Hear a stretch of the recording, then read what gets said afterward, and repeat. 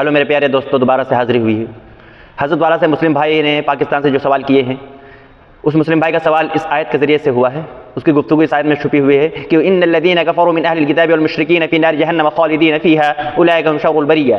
फरमाया कि हमें इसकी तशरीह चाहिए कि शर्रुल बरिया, उसके ऊपर आमिर भाई कह रहे हैं कि इस पे तो कई स्ट्रीम हो चुकी हैं और ये तो बहुत मशहूर सवाल जवाब है, इनमें तो आपको कमेंट में ही लोग बता देंगे, हमारे तमाम व्यूवर्स। तो उसके ऊपर कह रहा है नहीं, इसमें 2 सवाल और छुपे हुए हैं। उन 2 सवाल जो आप छुपे हैं, मुफ्ती साहब ने उसको तफसीली जवाब दिया है। पूरे वीडियो को देखें। वालेकुम सलाम। कैसे मुफ्ती साहब? अपना तारुफ कराएं। तारुफ जी, हम उसामा है, आप मुसलमान हैं पाकिस्तान से, ठीक है जी। जी, फरमाइए।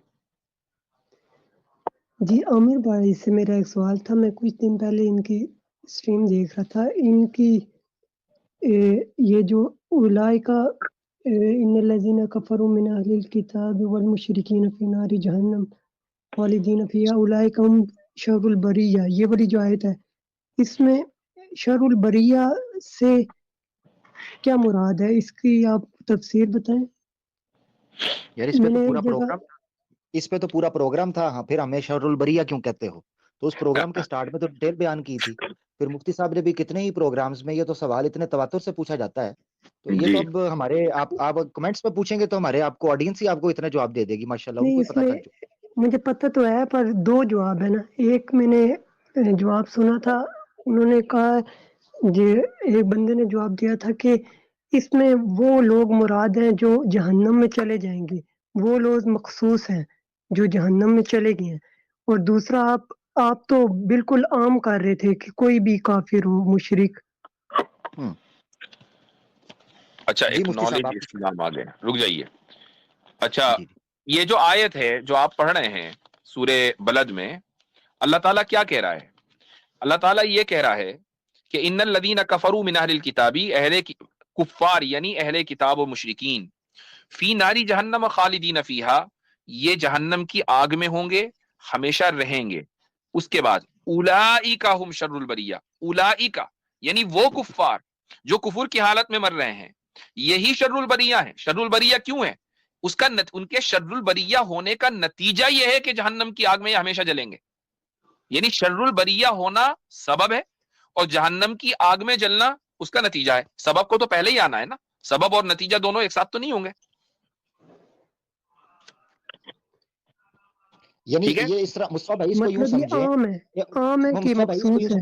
मुस्तफा भाई एक मिनट, इसको यूं समझे जिस तरह मुफ्ती साहब ने समझाया, जट की मिसाल से समझाता हूँ। जेल में जो लोग जेल में होते हैं वो मुजरिम होते हैं ना मुस्तफा भाई जी। वो जेल में होते क्यों हैं? क्योंकि वो मुजरिम होते हैं, ऐसे ही है ना जी, है ना? हाँ, यानी जेल में मुजरिम होते हैं और वो जेल में इसलिए होते हैं कि वो मुजरिम होते हैं। तो जहन्नम में शर्रुल बरिया होंगे, वो जहन्नम में इसलिए होंगे कि वो शर्रुल बरिया हैं। कहानी खत्म।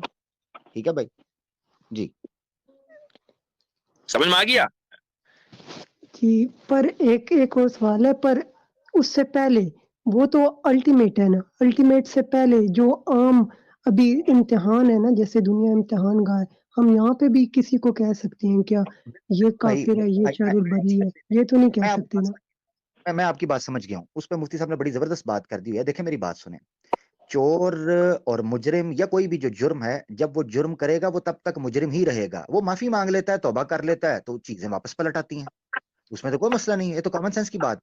जब तक एक बंदा मुजरिम है उसको वही कहा जाएगा, जब वो अपने जुर्म से तौबा करके हट जाता है उसको नहीं कहा जाएगा। उसकी एक मिसाल मसलन मुस्तफा साहब ये होगी, मसलन आपने अपनी आंखों से देखा कि एक आदमी ने आपके महल्ले में किसी का कत्ल कर दिया, ठीक है, और वो भाग गया कत्ल करके, आपने खुद देखा, आप उसके ऐनी गवाह हैं, आपके नजदीक वो मुजरिम है या नहीं?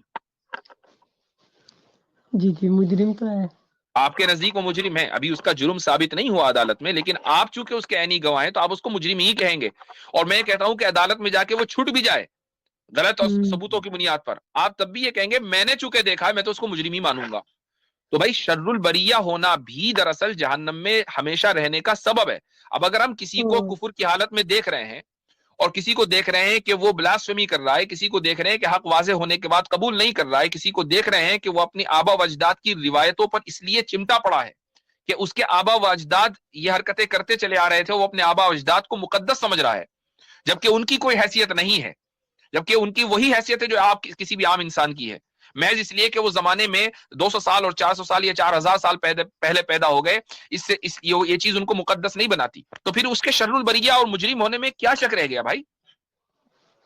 اچھا الٹیمیٹ جہنم میں، ٹھیک ہے جہنم میں چلے لے جانے والا فعل ہے نا، جہنم میں لے جانے والا فعل چلے جی ہو گیا آپ کے سوال